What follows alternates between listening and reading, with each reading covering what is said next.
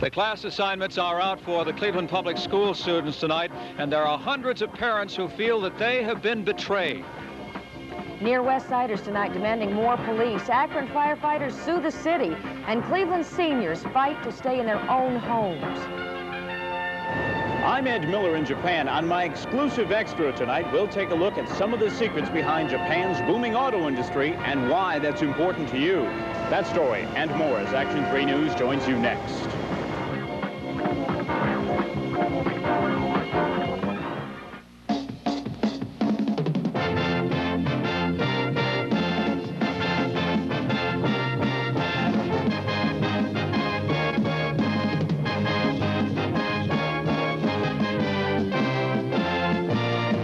From Ohio's best news team, this is Action 3 News. Good evening, everyone. We are standing outside the Cleveland Board of Education building tonight. There has been a flurry of activity inside because there are so many parents this evening who are surprised and angered. Parents who had been told that their children were going to go to elementary schools in their own neighborhoods this fall, and now are learning that they are going to be bused across town. The Cleveland School Desegregation Information Board has been flooded with more than 1,500 calls from parents who want to know why the school board changed its plans. Two of those parents are Ann Pfeiffer and Laney Kramer, and they attended special meetings this past year. And what were you told then? We were told that our kids would stay on this side, west side, 1st through 3rd grade, and that 4th through 6th they would be bused, and that they would be going to Clark Elementary. And Laney, now you find out you're going where? They're going to, what's the name Joseph F. Landis on Hampton Avenue. And you feel as though you were lied to? Yeah, we were lied to. It's a betrayal. Because they told us one thing, and now we find out 2 weeks before school starts that we're going to a different place that we never even heard of. School officials say that the changes were necessary because of that new court-approved desegregation plan, and also because 18 schools were closed because of declining enrollment or to fit in with the desegregation plan. Mona? Well, it's not desegregation, but police protection that has members of the Near West Neighbors and Action community group angry tonight. Both Mayor Voinovich and Police Chief William Hanton agreed that more protection is needed for the Near West Side area, but the pair told the group the city doesn't have enough money. The mayor and chief did promise to study the group's concerns and to do what they could in getting more police there. And on the east side tonight, concerned citizens too. Senior citizens are afraid that a government program might force them out of their homes. But Action 3's Tom Barris says they'll fight to stay here. Pearl Morgan's lived in her Hawthorne Avenue home 50 years. The neighborhood's not what it used to be, though. There are vacant lots and lots of rundown houses. Still, Pearl likes it and wants to stay. To me, it's home because I know everybody around here. Tonight, more than 50 senior citizens confronted spokesmen for the Northeast Ohio Area-Wide Coordinating Agency saying just that. We like it here, we don't want to move. We want you to stop something called the Regional Housing Mobility Program, a program telling people about low-income housing in the suburbs. But these folks think it's a plot to force them out so developers can move in. They don't like it. The black peoples of Cleveland, Ohio do not want their plans, what they got to do to move black peoples out into the suburbs. Go back and bring us a report, and then we will accept your proposals. The men from Nowaka said they'll tell the federal government these people want to stay here, but these people want the mobility program stopped, period. Tom Barris, Action 3 News. People in Paynesville Township have been trying to force some dangerous occupants out of their community, and tonight they do have a promise that Exxon will be getting out 40 railroad cars filled with poisonous and flammable liquids within the next 2 weeks. They were set afire on Labor Day, and it took 12 hours to quell the flames then, and that is the danger now for the next 2 weeks. Not that they're going to explode, but that vandals might set them off, and so people in Paynesville Township and Fairport Harbor are guarding them very closely tonight and will be till they leave. Former Akron Judge James Barbuto is in jail in Columbus tonight in a surprising move. Barbuto turned himself in to begin serving his 1 to 10 years for gross sexual imposition, dereliction of duty, and intimidation of deputies. Barbuto is still appealing his sentence, but he felt that he could not find a job in the meantime, couldn't support himself, and so even though he is not admitting guilt, he has decided to go to jail and start getting it over with. Akron firefighters tonight have decided to sue the city if it doesn't soon comply with an arbitrator's decision. Action 3's Kevin Coakley is live at a fire station on Broadway. And Kevin, we'll ask you, what's the feeling there tonight after this decision was made? Homeowner, there is relief, even jubilation at fire stations all across the city tonight. Firefighters this evening decided to go to court, unanimously decided to file suit if the city doesn't agree to an arbitrator's award calling for either more pay or fewer hours. The timing of the court suit has been left up to negotiators to decide. I think we're all together on this matter completely. We've all decided, I think, the best route to go is to court right now and force the city into following binding arbitration. You think it's necessary to go to court now? I know it is. Positive of it. Negotiators feel the suit could be filed as early as next week if the city doesn't come through. But whether the suit is filed next week or the week after, a suit now looks inevitable. Kevin Coakley, Action 3 News, reporting live from the Akron Bureau's minicam at Akron's #1 firehouse. Mona? Okay, Kevin, faced with this ultimatum, what do you think the city's going to do? It's really hard to say. They seem pretty inflexible, but we're going to have to wait till tomorrow, Mona, I think, to find out what their response is. Okay, thank you, Kevin. Of course, we're live every single night, 6 and 11, from the city of Akron. Some presidential campaigning in Akron early today as Secretary of Transportation Neil Goldsmith in the rubber city to open the new Carter campaign office there said the Democrats will have to work twice as hard this fall because both Reagan and Anderson are running against the president. Goldsmith also said that if Carter is elected, he will try to stop the flood of foreign goods into the United States, which have caused numerous layoffs in the Akron-Canton area. In Cleveland, the running mate of the Republican trying to keep Jimmy Carter from being reelected accused the president of taking the low road in the campaign by misstating Reagan's positions and suggesting that Reagan is a racist. But neither is there just cause or reason for the charge of racism to be irresponsibly raised by a president of the United States in a national campaign. Mr. Carter's charge flies in the face of Governor Reagan's known record. George Bush also attacked the president for refusing to debate both of his challengers, Reagan and Anderson. And in world news tonight, Paraguay assassination has put an end to the life of former Nicaraguan dictator Somoza, a violent and bloody end when his body was riddled by machine gun bullets. A half-dozen men armed with bazookas and machine guns blasted Somoza's car in the capital city today, killing him and his driver. Vienna. The OPEC oil ministers have pretty much agreed not to agree on several major issues, but at the end of the meeting today, Saudi Arabia agreed to raise its price only enough to affect American home heating oil and gas prices slightly. A Saudi minister said his country would keep on producing an extra 1 million gallons of crude a day in spite of the current glut. And in Washington, a good word for Billy Carter from National Security Advisor Brzezinski. He said today the president's brother's help in arranging a meeting with Libya might have saved the lives of the 52 hostages by showing the Iranian militants that not even the most radical Middle East nation supported their move.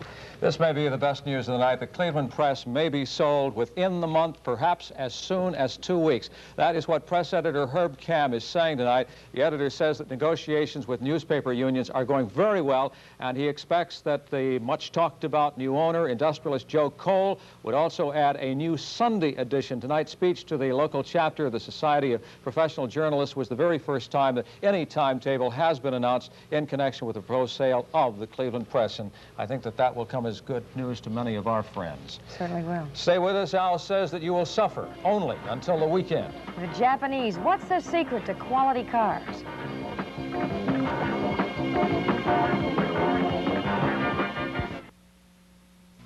While the new 1981 cars are just now coming into the showrooms, the big three automakers are already developing even smaller models to try to challenge that Japanese lead. And Action 3's Ed Miller tonight is going to take us inside several Japanese auto plants to learn some of the lessons behind Japan's secret weapon.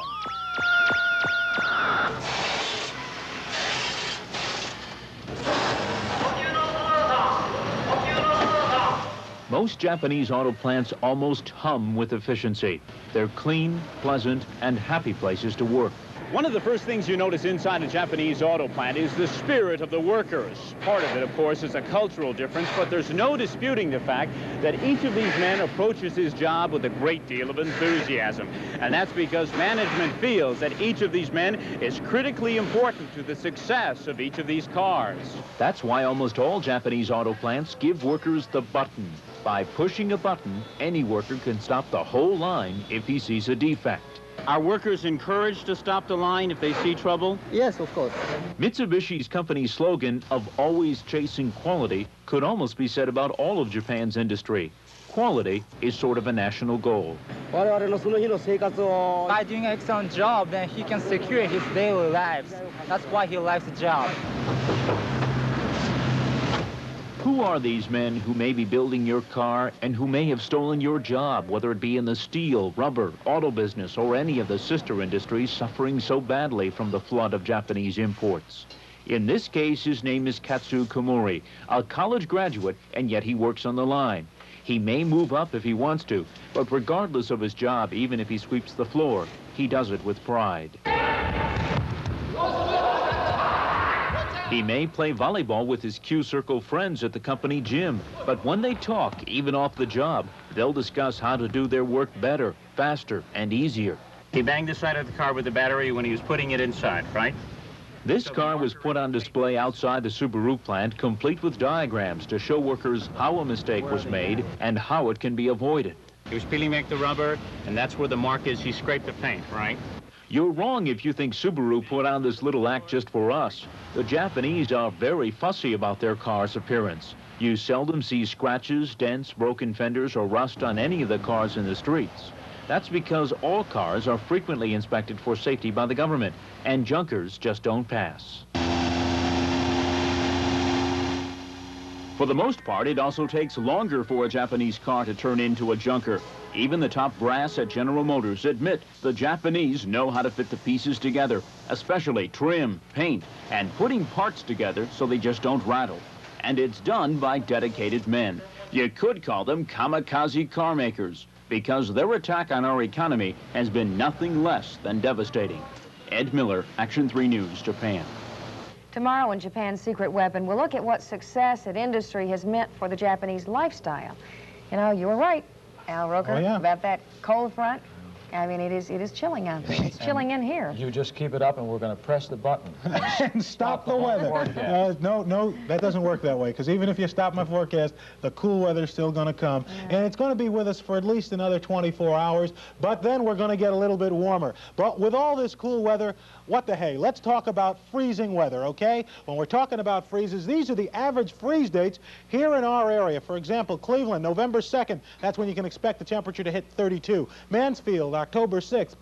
Painesville, November 4th. Sandusky, October 29th. Nice stuff, huh? Well, let's take a look at what we got today as far as our statistics. The high, 67. Our overnight low, 53. Air quality, moderate. The early morning thunderstorms dumped 0.2 of an inch of rain. Right now, our temperature 56 degrees Fahrenheit. The barometer is rising. Northerly winds at 7 and the humidity at 76%. These are temperatures now around Ohio, and you can see where the clearing has started in the northwestern corner of the state, whereas everybody else has temperatures into the upper to mid-50s. Toledo, clear skies and 44 degrees. Let's see if there's any precipitation in the area now. With AccuTrack, our color radar from the National Weather Service, we have some ground clutter, but that's about it. Cloudy skies, and those clouds will start to move out a little bit as this high pressure area starts to build its way into our region tonight. Now, we will see a gradual clearing. Along the lake, the temperature will only drop down to around 52 to 54 degrees, but away from the lake, when you get away from the warming influences of the lake waters, we'll only see temperatures drop down to about 48, so a little chilly tonight. Then tomorrow, as that high pressure drifts right over us, we'll see partly sunny skies. However, this warm front will swing up this way, bringing in milder weather. However, we will see some scattered showers tomorrow night. Tomorrow's temperature will only get its way up to about 67 degrees. Then we will see some sunshine Friday morning. However, this cool front will swing in. Again, more showers, but not to worry. Another high pressure area will come to the rescue just in time for the weekend. Let's check our forecast now for northeastern Ohio. Tonight, cloudy skies, breezy and cool. Along the lake, 54. Away from the lake, 48. Tomorrow, cloudy and some sunshine. Then a few spotty showers developing, a high 67. Overnight low of 47. Our Lake Erie water temperature down 1 to 72.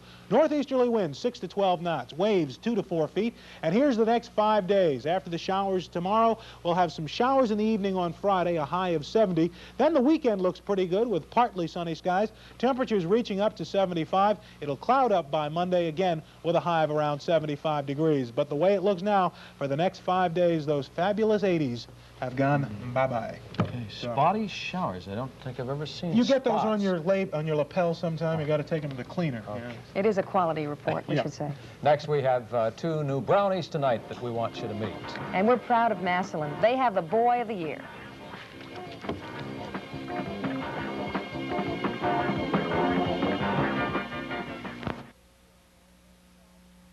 The Boys Club Boy of the Year Award brings pride to Massillon tonight. One of its own young men, 17-year-old Jace Smith, was so honored in Washington today by President Carter. Jace won out over about 1 million other Boys Club members from all over the country. After the ceremony in the Oval Office, Jace got a warm congratulatory handshake from Mr. Carter himself. And Jace, we congratulate you too. The Browns lost 42-0 preseason at Kansas City. This Sunday, we're favored by 4. That's all? That's true. all. That's not bad. Hey, let's hope it's about 15. Anyway, the Indians tonight, we'll get to them in just a moment. The Browns we will. But first of all, the Indians nearly blew a 5-1 lead. They came back in the 11th inning tonight, beat Boston 6-5. Pinch hitter Gary Alexander's single was the key hit. The Indians took a 2-1 lead here in the 4th inning on a wild throw by Carlton Fisk. Then Alan Bannister lined this drive to left field. Jim Rice shied away from it. It went to the wall for a triple. Toby Harris scored 3-1. Miguel Delaney copped his 54th steal earlier. Drilled this pitch off the bag for a double that scored Bannister and Brohammer. Made it 5-1. Looked like a lock as big Len Barker was mowing them down en route to what would be his 19th victory, we thought. But the Sox pushed 2 across in the 7th on Gary Hancock's double and this Glenn Huffman single to make it 5-3 Tribe. Then in the disastrous 9th inning, reliever Victor Cruz walked Hancock, and Dwight Evans here sent the game into extra innings with this blueprint Fenway Park home run into the screen, his 14th, that tied it at 5-all. But in the 11th, with 2 on, pinch hitter Gary Alexander lined a single over second baseman Chico Walker's head, scored pinch runner Jerry Dubzinski for the 6-5 victory. How sweet it was. On the scoreboard now, the Yankees are trailing Toronto 5-3 as they play now in the 10th inning. That score just in. There's a rain delay there, so it's 5-3 Toronto. Baltimore, on the other hand, defeated Baltimore 9-3 and are 5.5 back at the moment. Could be 5 if the Yankees lose. Minnesota beat Milwaukee 3-2 in the first, no score in the second. The big news in Kansas City as the Royals knocked off California 5-0 to clinch the Western Division title. Dennis Leonard won his 19th, and George Brett is playing finally in the second game with California leading 4-1.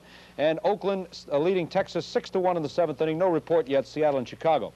National League, the Reds blanked Houston, fading Houston 7-0. Knight a grand slam and Soto a 4-hitter.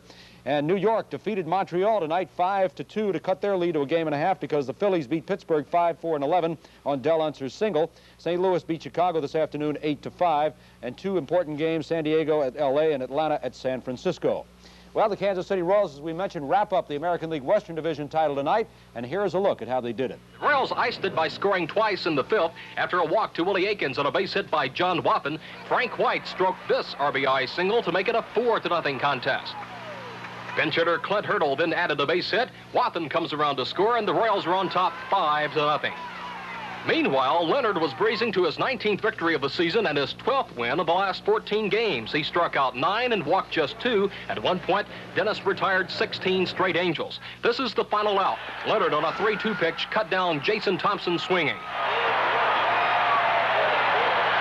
Leonard has now defeated California 7 straight times. For the Royals, it's their 4th Western Division championship in the last 5 years. Well, Major League owner opposition to the sale of the Chicago White Sox to Youngstown businessman Edward DeBartolo may be ending. DeBartolo went before league owners in Chicago today. He said he came away encouraged. Earlier today, owners unanimously approved the sale of the Oakland A's to owners of a clothing firm who will keep the team in Oakland.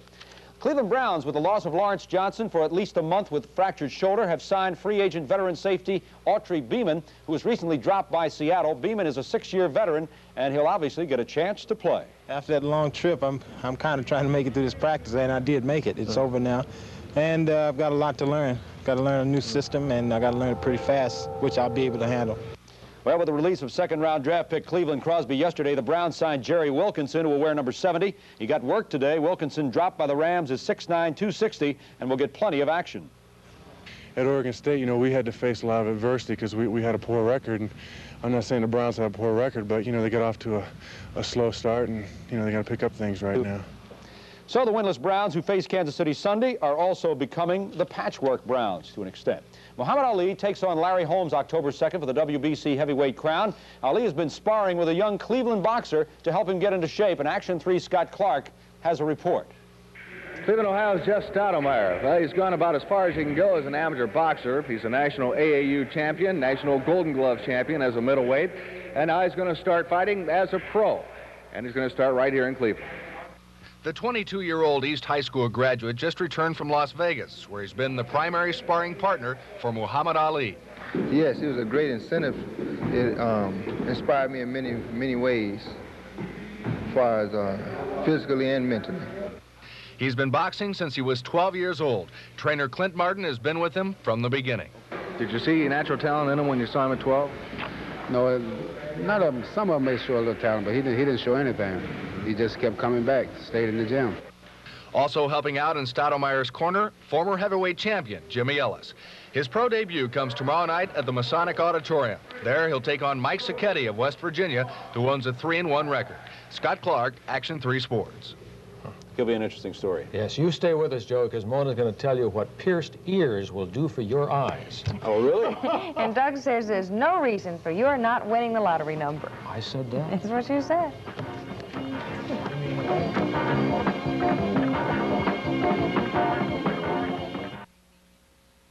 In the Ohio lottery tonight, the state cleared $296,000, and that was your key to winning, the 296, because the winning combination was 629. All you had to do was box those numbers. It is so easy if you can just figure out the system.